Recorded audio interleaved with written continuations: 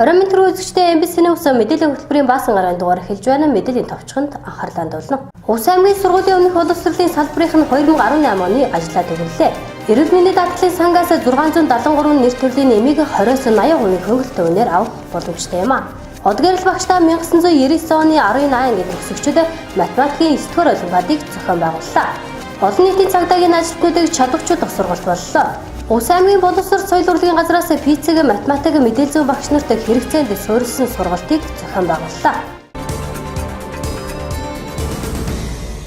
Эдгээр олон бусад мэдээллийн дэлгүүрэнгээд анхаарлаа хандуулна. Мэдээ эхэлж байна. Аймгийн сургуулийн өмнөх боловсролын салбарын удирдах ажилтнууд 2 өдрийн турш сургалтанд хамрагдаж 2018 оны ажлаа дүгнэн 2019 оны салбарын бодлогоо тодорхойллоо. 2018-аас 2019 оны хичээлийн жилд сургуулийн өмнөх боловсролын салбарынх нь сургалт үйл ажиллагааныхаа чанарт ахиц гаргасныг энд дурдж байлаа. Мөн түүнчлэн үр бүтээлтэй ажилласан цэцэрлэгүүдийг боловсрол соёл урлагийн газрын хөндөд өргөмжлөл мөнгөн шагналаар шагнаж цаашдын сургалт хүмүүжлийн ажилд амжилт хүслээ. Манай аймагт улсын 28 цэцэрлэг хувийн хэвшлийн 5 цэцэрлэг доктортой үйл ажиллагаа явуулж байна. Жил үрийн эхний сард боловсрол соёл урлагийн газраас сургуулийн өмнөх боловсролын удирдах ажилтны сургалтыг зохион байгуулж, энэ үеэр улирын одсон оныхоо ажлаа дүгнэж, үнэлэлт өгдөг. Өнгөрсөн жилийн ажлыг дүгнэхэд бүх цэцэрлэгүүд өмнөх жилийнхээ үзүүлэлтэд ахиулсан нь томоохон олд амжилт юм а. Боловсрол соёл урлагийн газраас сургуулийн өмнөх боловсролын удирдах ажилтны сургалтыг бид 2 өдөр зохион байгууллаа. Цэцэрлэгийн удирдах ажилтнууд маань өчигдөр 2018 онд хийж хэрэгжүүлсэн ажлынхаа тайланг тавьж хэлэлцүүлээд өнөөдөр бид сургалтаа зохион байгуулж ажилтны үнэлгээ дүгнэлт өгж ингэж ажиллаа. Энэ хичээлийн жил бид сургуулийн өмнөх боловсролын салбар маань нэлээд олон түвшинд бид ахиц дэвшил гарган ажилласан байгаа. Бүх цэцэрлэгүүд ахисан түвшинтэй үнэлэгдсэн байгаа бас их онцлог байна. Бид 5 түвшин бид сургуулийн өмнөх боловсролын түвшин тогтоож энэ үнэлгээ хийсэн. Ингээд ажлын үнэлгээгээр болон хийж хэрэгжүүлсэн бүтээлч ажлаараа бид шилдэг цэцэрлэгүүдийг 6 чиглэлээр ингэж номинац дэвшүүлнэ. Нэр дэвшүүлж шалгарууллаа. Аймгийн боловсрол соёл урлагийн газраас цэцэрлэгүүдийн ажлын тайланд үнэлэлт өгч нийт 6 номинацаар тэргүүний цэцэрлэгүүдийг шалгаруулж хөндөд өргөмжлөлөөр шагналаа. Хүүхдийн хөгжлийг дэмжсэн цэцэрлэгээр Улаан омс сумын 9-р цэцэрлэг, сургуулийн татаа орчин бүрдүүлэгч цэцэрлэгээр Завхан сумын цэцэрлэг, шинэ арга зүй тэргүүн туршлага түгээн дэлгэрүүлэгч цэцэрлэгээр Улаан омс сумын 5-р цэцэрлэг, багшийн хөгжлийг дэмжигч цэцэрлэгээр Улаан омс сумын 3-р цэцэрлэг, бүтээлч ажил үйлчилгээтэй цэцэрлэгээр Улаан омс сумын хувийн хэвшлийн ухаалаг жалуу цэцэрлэг тус шалгарсан байна. Бүтээлч үйл ажиллагаагаа цэцэрлэгээр шалгарсандаа маш их баярлж байна. Энэ маань бид бүхний хийсэн эцгийгчдтэйгээ хамтарч, багш нартайгаа хамтарч бүтээлчээр хүүхэд бүр амьд орчинд, бодит орчинд сургалтын үйл ажиллагааг хэрхэн зохион байгуулах вэ гэдг дээрээ зан нүүлийн өргөө, Монгол заншлийн өргөөг байгуулж хүүхдтэй сургалтын үйл ажиллагааг явуулж байгааг маань бас дэмжсэн ийм шалгаруулт болов гэж бодож байна. Бид бүхэн одоо энэхүү амжилтаа баттгаж 2019 онд илүү ихийг бүтээхээр одоо зорж ажиллаж байна. За энэ амжилт маань одоо манай бүх хамт олонны минь амжилт юм а гэж би одоо бодож байна. Тэгээд одоо энэ шагнал одоо ийм номноос шалгарсанд баяртай байгаа боловч одоо дараагийн бидэнд бол маш их хэмжээний одоо хариуцлага ахаад өөр одоо амжилт гарах ажиллагаад ийм нөхцөлд одоо ирж байна гэж бодож байна. За 2018 онд бол манай цэцэрлэг нь болохоор зэрэг одоо сургуулийн өмнөх боловсролын орчны стандарт гэж гарсан.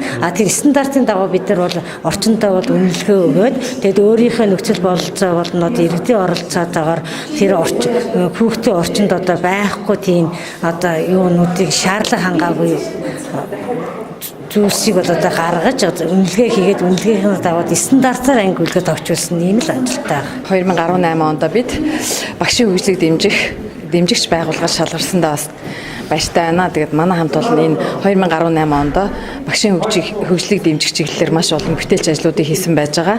Мөн энэ хичээлийн жилд энэ 2018 онд бид бас түүх 70 жилийнхаа авааг тэмдэглэн өнгөрүүлсэн ийм хамт олон байгаа. Тэгээд багшийн хөгжлийг дэмжих хүрээнд бид багш нартайгаа бас амжилтын гэрээ байгуулж ажилласан, оюуны пассворд хөтлүүлдэг, оюунлаг багш, чадварлаг туслах багшийг шалгаруулдаг, багшийн хөгжлийг дэмжих дэд хөтөлбөрийн хүрээнд маш олон бүтээлч ажлуудыг хийгдэж ажилласан учраас тэр ажлын минь бас үнэлж аймгийн багшийн хөгжлийг дэмжигч байгууллагаар шалгаруулсан гэж ойлгож улам өөр бүтээлтэй сайн ажиллана гэж бодож байна.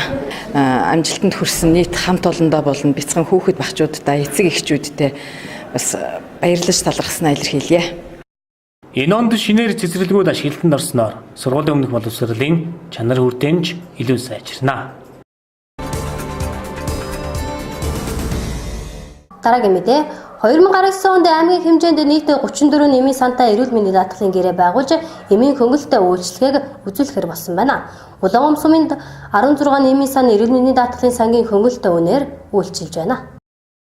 Эрүүл мэндийн даатгалын сангаас үнийн хөнгөлөлт үзүүлэх зайлшгүй шаардлагатай эмийн нэр төрөл, үнийн дээд хязгаар хөнгөлөх хэмжээг шинжилэн баталсан байна. Үүний дагуу өргөн хэрэгэлдэг эмийн нэр төрөл хөнгөлөх хөв хэмжээг эмийн хүртээмжтэй уялдуулан тогтоосон жагсаалтыг 1-р сарын 15-наас мөрдөж эхлэх юм байна. Шинжилсэн жагсаалтаараа 673 худалдааны нэр төрлийн эмэнд 20-80% хөнгөлтийг эрүүл мэндийн даатгалын сангаас, тэгээс 5 настай хүүхдийн зайлшгүй шаардлагатай 176 худалдааны нэр төрлийн эмэнд 20-80% хөнгөлтийг эрүүл мэндийн даатгалын сангаас үзүүлж байна. Аймгийн хэмжээнд хөнгөлтөө эмийг 34 нэмийн сан олгож байна. Үүнээс Улаан суманд 16 нэмийн сан эрүүл мэндийн даатгалын сангийн хөнгөлтөөр үйлчилж байна. За эрүүл мэндийн даатгалын хуулинд бас нэг орсон өөрчлөлт бодод ураг сум тосхны зарим төрлийн тусламж үйлчлэгийг бодод эрүүл мэндийн даатгалаас санхүүжүүлнэ гэрээтэй ажиллахаар болсон байгаа. За манай аймгийн хувьд 4 өрхийн эрүүл мэндийн төв Батүрчгүй, Элбэг өгөөж, тийм ээ Мөнх Ишрэл, Дун цагаан гэсэн 4 өрхийн эрүүл мэндийн төв маань гэрийн тусламж үйлчлэгээ, зарим төрлийн онцгой шинжилгээ, гэрээр үзүүлэх тусламж үйлчлэгээ, цэргийн тусах тусламж үйлчлэгээ, өдрийн эмчилгээ гэсэн ийм 4 төрлийн тусламж үйлчлэгийг бодод эрүүл мэндийн даатгалын байгууллагатай мөн гэрээ байгуулна үзүүлж байгаа. За 15 сумын эрүүл мэндийн төв маань бас дээрх 4 төрлийн үйлчлэгийг үзүүлж 19 онд бас ажиллахаар болсон байгаа. За иргэдийн өхнийг мэдээлэл маань юу гэвэл бид нар нөгөө 2019 оны маань төсөв маань хараахан батлагдаж ирээгүй байгаа хэдийч бид нар юу байсан бэ? Нөгөө үнийн хөнгөлт үзүүлж байгаа эмийн сангуудаа шиглэл өгөөд эмийн сангууд маань эмийн үнийн хөнгөлтөөрөө даатгалагчтай үзүүлээд эхэлсэн байж байгаа. За 2019 оны 1 сарын 5-наас эхлээд эмийн үнийн хөнгөлтийн жагсаалт маань шинжлэгдэж өөрчлөгдсөн байгаа. Бид нар 1 сарын 15-наас эхлээд мөрдөж эхлэх байгаа. Эрүүл мэндийн даатгалын үндсэн зөвлөлийн 24-р тогтоол гэж гарч ирсэн байгаа. За энэ тогтоол дээр яг гэвэл нөгөө эрүүл мэндийн даатгалын сангаас үзүүлж байгаа эмийн үнийн хөнгөлөлт хөв хэмжээний нэр төрөлдөд өөрчлөлт орсон байж байгаа. За даатгалын сангаас үзүүлж байгаа тийм ээ нийт 673 худалдааны нэршлийн эмийн тийм ээ эмэнд эрүүл мэндийн даатгалын сангаас 20-80% хөнгөлтийг үзүүлэхээр өөрчлөлт орж ирсэн. Мөн энэ дээр нэмэгдээд 0-5 насны хүүхэдтэй бид нар 176 худалдааны нэршлийн эмэнд 20-80% хөнгөлтийг эрүүл мэндийн даатгалын сангаас үзүүлэхээр өөрчлөлтийг оруулж ирсэн байгаа. Энэ шинэ тогтоолын журмыг бид нар 19 оны 1 сарын 15-наас эхлээд мөрдөж эхлэхээр болсон байна. Эрүүл мэндийн даатгалын сангаас хөнгөлөлтөө үнээр үйлчилж байгаа эмийн сангуудад аймгийн эрүүл мэндийн даатгалын хилцээс чиглэл өгч эмийн үнийн хөнгөлөлтийг 1-р сарын 4-өөс эхлэн иргэдэд олгож эхлэв байна. Дараагийн мэдээ математикийн шинжилгээ ухааныг хөгжүүлэх үзэл санааг нийтэд түгээн дэлгэрүүлэх зорилготой Улс аймгийн ерөнхий боловсролын 1-р цогцлбор сургуулийн математикийн гүнзгий ангийн төгсөлтийн 20 жилийн ноён нэрэмжтэй математикийн 9-р олимпиад зохион байгуулагдлаа. Улс аймгийн ерөнхий боловсролын 1-р цогцлбор сургуулийн 1999 оны төгсөлтийн хамт олон математикийн 9-р олимпиадыг 9 жилдээ зохион байгуулж байна. Анх 1986 онд боловсрол соёл шинжилгээ ухааны яамны зөвшөөрлөөр математикийн гүнзгийрлсэн сургалтыг явуулж эхэлсэн байдаг. Уламжлал болгон зохион байгуулагддаг тус олимпиадыг 1991 оны төгсөгчид 20 жилийн ойгоор зохион байгуулж байсан бол энэ жил од гэрэл багштай 1999 оны 10А ангийн төгсөгчид 9-ээс 12-р ангийн математикийн олимпиадыг зохион байгуулж байна. 99 он төгсөн шавнар маань одоо 20 жилийнхаа ойг хийж байна. Тэгээ анхны шавнар маань 20 жилийнхаа он хүрээнд одоо дүү нартаа зориулж юм олимпиадыг зохион байгуулж байгаа маа. Энэ уламжлалт 9-р олимпиадыг тэгээд сайв сурагчид нь одоо амжилттай бэлтгээд эхлэхэд бэлэн болоод байна. Манай ангийн сурагчид бол одоо хичээлдээ маш амжилттай суралцж олон төрлөөр аймаг улсын олимпиаданд тэргүүлж ирсэн сурагчид олон байдаг. За энэ олимпиадууд яг хуу математикт авьяастай сурагчдыг дэмжих тийм зорилгоор зохион байгуулагддаг одоо уламжлалт олимпиад байгаа юм аа. Тэгээ 91 оны Батгаш багштай ангийнх нь анх санаачил зохион байгуулж ирсэн. Одоо тэгээ 9 дэх олимпиаданд явж байна. За энэ манай олимпиаданд оролцож байгаа 19 сургуулийн 200 гаруй сурагчтай олимпиаданд өндөр амжилт гаргахыг хүсье. 1986 онд боловсролын яамны зөвшөөрлөөр математикийн хөндлөрсөн сургуулийн ангийг энэ сургуульд анхудаа нээж ажилласан. Ингээд 89 онд анхны төгсөлтөө хийсэн.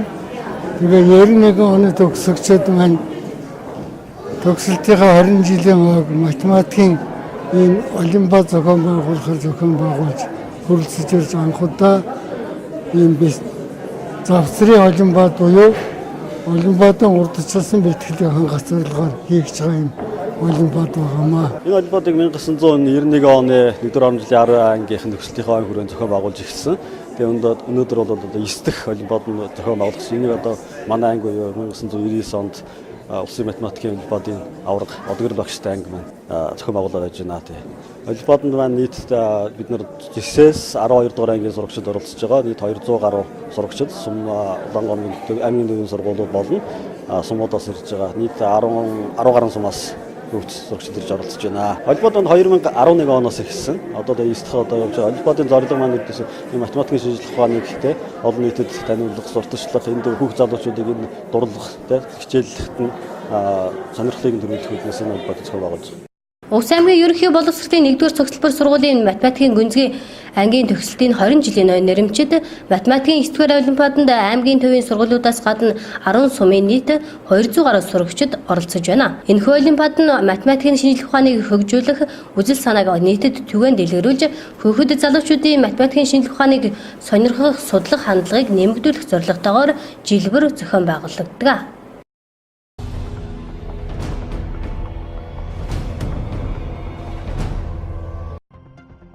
Онгор сар 1-р сарын 7-ны өдөр орхон голын мөсөн дээгүүр зорчиж байсан Tirana загварын суудлын автомашин голын эргээс 200 метрт сөмөрсөн хэрэг гарчээ. Тус дуудлагын дагуу Орхон аймгийн онцгой байдлын газрын 90 хайх аврах салбарын албан хаагчид ажиллан автомашиныг татаж гаргасан байна. Түүнчлэн загварын байгууллагын ирүүлсэн мэдээллээр 1-р сарын 1-ний өдрийн байдлаар Монгол орны ихэнх гол мөрөнд тогтвортой мөсөн бүрхүүл тогтож, мөсний зузаан өмнөх 10 хоногийнхоос 5-аас 30 см нэмэгдсэн байна. Мөн гол мөрөн нууран дээгүүр битүү мөсөн бүрхүүл тогтож, мөс улам зузаарах хандлагатай байгаа хэдий ч нуурын толио болон голын нийт уртын дагууд мөсний зузаан харилцсан адилгүй байгаа юм а. Иймд мөсний даас хүн мал машин тэрэг явхад аюулгүй хэмжээнд хүрч бэхжээгүүд цөмөр хэсэлтэй байгаа тул цаг хугацаа хожих, зам товчлох зэргээр мөсөн дээгүүр мал туурлах, тээврийн болон ердийн хэрэгсэлтэй зорчихгүй байхыг онцгой байдлын газраас анхааруулж байна.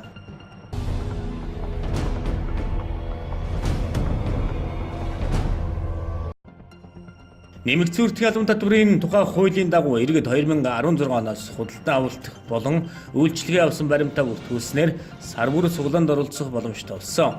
Иргэдийн хувьд бараа бүтээгдэхүүн худалдан авсан тохиолдолд баримтаа бүртгүүлж, буцаан олголт авч суглаанд оролцож хэвшээд байгаа. Үүнээс гадна иргэн та бүх төрлийн төлбөртэй үйлчилгээнээс баримт авах боломжтой. Иргэдийн хамгийн түгээмэл авдаг үйлчилгээ болох зээлийн үйлчилгээгээр жишээ авч тайлбарлавал иргэн та банк санхүүгийн байгууллагаас авсан зээлийн үйлчилгээний төлбөрт хүү төлдгөө. Тэгэхээр хүүгийн төлбөртөө баримт авч болох нэ. Гэхдээ банк санхүүгийн үйлчилгээ нэмэгдсэн үртгийн албан татвараас чөлөөлөгддөг учраас буцаан олголт бодогдохгүй бөгөөд зөвхөн та нэмэгдсэн үртгийн албан татврын суглаанд оролцох эрхтэй төлбөрийн баримт авах юм а. Мөн бид лизингийн төлбөр төлдөг бол баримт авч нэмэгдсэн үртгийн албан татврын суглаанд оролцох боломжтой юм а.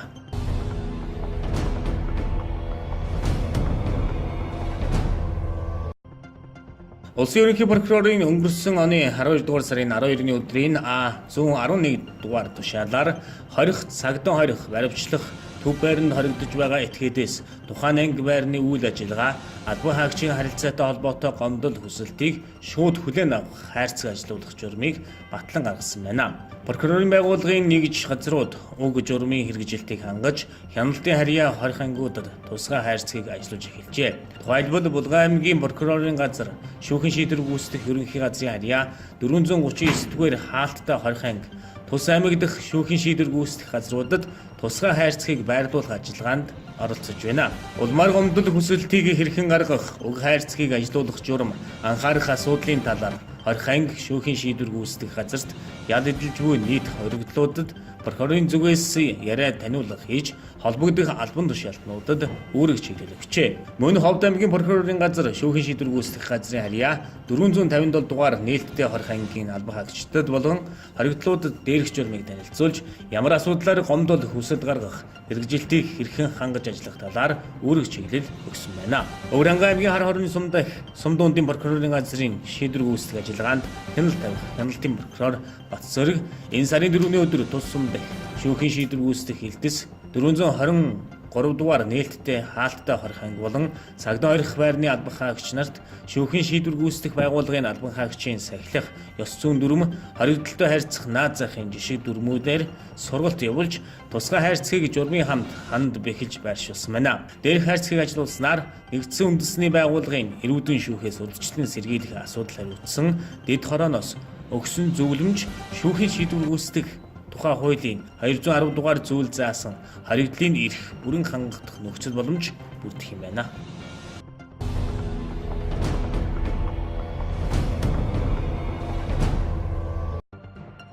Нэгдсэн үндэсний байгууллагын хүн хөгжлийн хөтөлбөрөөс боловсруулдаг хүний хөгжлийн тайланд манай улс үндэстнүүдийн холбоонд багтдаг Фижи улстай ижил буюу 1741 оноогоор 92 дугаарт жагсжээ.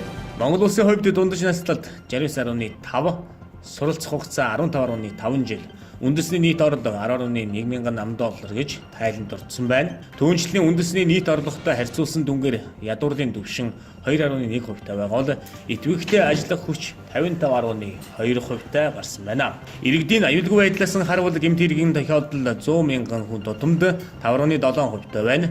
Харилцаа холбоо буюу интернетэд хамрагдсан хүмүүсийн эзлэх хувь ижил түвшинд жагссан бусад улстай харьцуулахад харьцангуй өндөр буюу 22.3% болжээ. Монгол улс 28 жилийн хугацаанд буюу 1990 оноос хойш 2018 оны хооронд хүн амын дундаж наслалт 60.5-аас 69.5 болж 9 насаар нэмэгдсэн бол сургууль хамрагдах хугацаа 12.5-аас 15.5 болж 5.3 жилээр үндэсний нийт орлого $4714,000-оос $10.1 болж нэмэгдсэн гэдгийг нэгдсэн үндэсний байгууллагаас онцолсон юм а.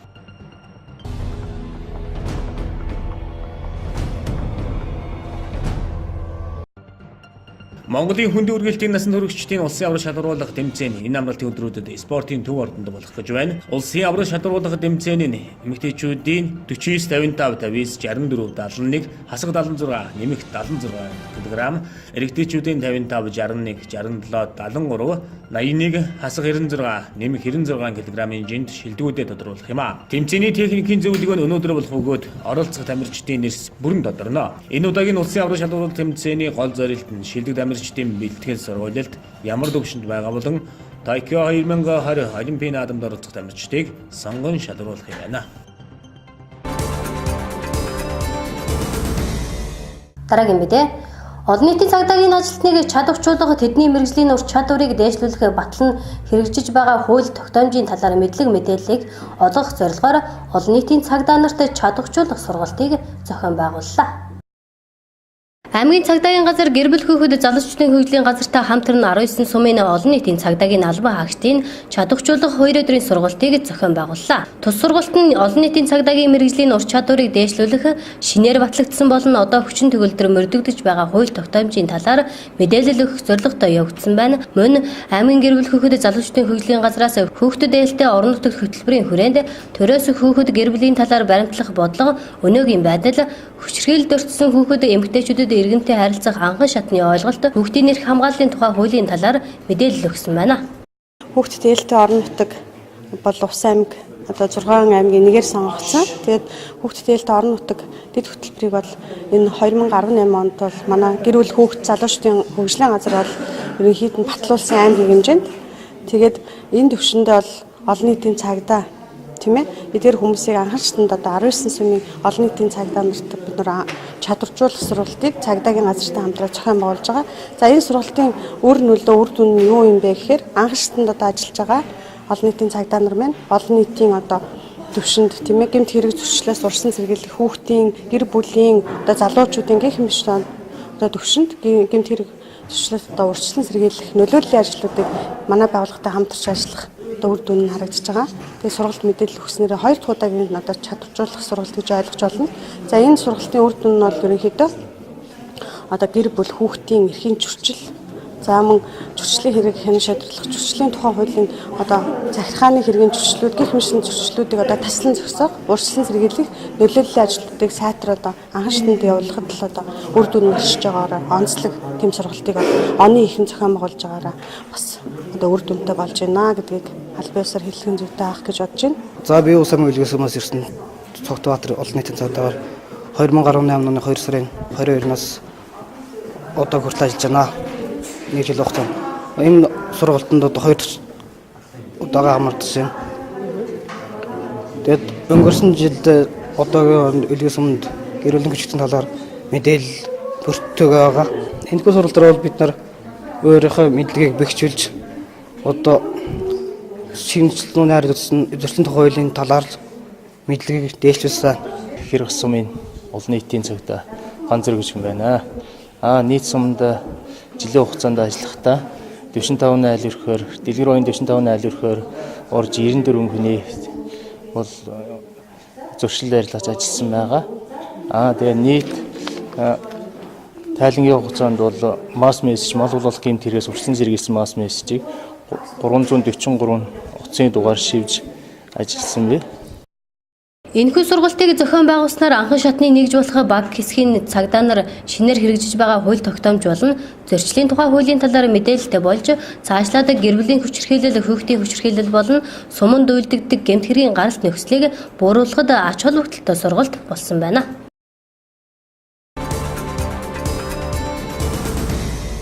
Дараагийн мэдээ Увс аймгийн боловсрол соёл урлагийн газраас математик, физик, мэдээлэл зүйн багш нарт хэрэгцээнд суурилсан сургалтыг 3 өдөр зохион байгуулж байна. Тус сургалтанд 80 гаруй багш оролцсон байна. Тус сургалтын үеэр математикийн 1-ээс 15 жил ажилласан багш нарын дунд математик олимпиадыг зохион байгуулсан байна.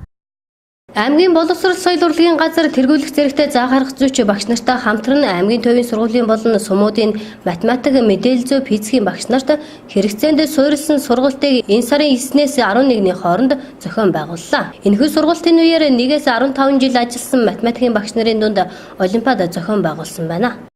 2019 оны гараад одоо бид нар математик, физик, мэдээлэл зүйн мэргэжлийн багш нарын дунд одоо хэрэгцээнд суурилсан сургалтуудыг зохион байгуулж байна.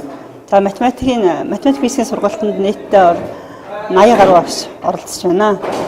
За энэ сургалт маань 1 сарын 9, 10, 11-ний өдрүүдэд 3 өдрийн сургалтыг математик физикийн тэргүүлэх зэрэгтэй багш нарын түвшиглээд залуу багш нартай одоо ингэ зохион байгуулж байна. За энэ сургалтын үеэр математикийн 1-ээс 15 жил ажиллаж байгаа багш нарын математикийн олимпиадыг өчигдөр 1 сарын 10-нд зохион байгуулад дүнгийн гаргалаа. 1-р байранд 1, 2-р байранд 3, 3-р байранд 5 багшийг одоо шалгаруулж медалийг одоо өгч одоо багш нарын чадварыг одоо хөгжүүлж байгаа. Тэрнээс гадна өнөөдөр бол Улаангон коллеж дээр мэдээлэл зүйн багш нарын олимпиадад явагдаад эхэлсэн байна. За манай математик физикийн сургалтуудын гол агуулга нь бол ерөөсөө багш нарын хэрэгцээнд сурсан багш нарын унлын мэдлэгийг чадваржуулах тийм зорилгоор багш нараас санал аваад тэр саналын үндсэн дээр бол сургалтуудыг зохион байгуулж байгаа. Ингэснээр бол сургалтын чанар болон багш нарын одоо чадвар одоо нэмэгдэнэ гэсэн ийм бодлогыг бариад ажиллаж байна. Хүүхдийг үнэж тэгэхэд багшийг одоо багш маань юу хийх вэ те? Имлэгээний даалгавар одоо бас боловсруулах хэрэгтэй шүү дээ. Тэгээ ямар даалгаврыг яаж боловсруулах вэ? За нэгдүгээрт нь одоо блюпринт яаж хийх вэ те? Одоо өмнө багш нар бол яаж дүгнэж яасан гэхээр шалгалтын материалыг яаж өөрөө нэгэ боловсруулад одоо ингээд шууд боловсруулж гэсэн. Одоо яаж их боловсруулахын өмнө блюпринт вэ? Одоо ингээд төлөвлөгөө гаргаж аль одоо хэсгээс аль одоо төвшингийн материалыг болгох гэдэг. Тэгж төлөвлөж шалгалтын материал боловсруулна. Өөрөөр шалгуурт суурилсан материал боловсруулж байгаа байхгүй. Тэрийг одоо хичнээн яаж боловсруулах талаар ингээд арга зам сургалт явуулсан. За ингээд дараад нь багш маань ингээд шалгалтын материалаа ингээд эндгэний материалаа зохиочлоо. Зарим нь одоо багш хөндрүүлсэн байж байгаа шүү дээ бодлого. Хөнгөрүүлсэн байж байгаа шүү дээ. Тэгвэл тэр хүн хүмүүнийхээ одоо яаж шалгуурыг бас өөрөө дахиад харчихаар тийм ээ. Тэгээ хараад яаж дахиад бодлого дахиж боловсруулахаар тийм арга зам сургалтыг бас явуулсан байгаа. За дараагийн сургалт бол багш нар одоо физикийн бодлого тийм үү? Олимпиадын бодлогыг хэрхэн бодохыг гэсэн арга зам сургалтаас явуулж байна. Сургалт бол маш үр дүнтэй явагдаж байна. Бүх доор нутгийн сургуулиудын физикийн багш нар ирсэн. Тэгээ сургуулиудын мэдлэгтэй болон арай илүү олон жил ажилласан багш нараас туртаашууд бол үнэлгээний шалгуур болон олимпиадын бодлогыг хэрхэн хэлбэр аргаар яаж хүүхдүүд ойлгомжтой байдлаар заах вэ талаар сургалтын өгдөж байна. Тэгээд энэ үнэлгээний нөгөө шалгуур үзүүлэлт буюу 8 төвшингийн даалгаврыг яаж боловсрох вэ? Мөн блюпринтийг яаж зөв төлөвлөж тэрнийхээ дагуу хичээлээ хэрхэн яаж боловсруулах талаар энэхүү сургалт маяг өгдөж байна. Залуу багш миний хувьд бол маш их судлах, туршлага судлах зүйл маш их гарч ирж. Энэхүү сургалтын гол зорилго нь багш нарын хэрэгцээнд суурилсан онлын мэдлэгийг нэмэгдүүлэх, хэрэгжүүлэх зэрэгтэй багш нараас туршлага судлуулах зорилгоор залуу багш нараас санал авсны үндсэн дээр тус сургалтыг зохион байгуулсан байна. Тус сургалтыг зохион байгуулснаар сургалтын чанар болон залуу багш нарын заах арга зүйн чадвар нэмэгдэх ач холбогдолтой сургалт болсон байна.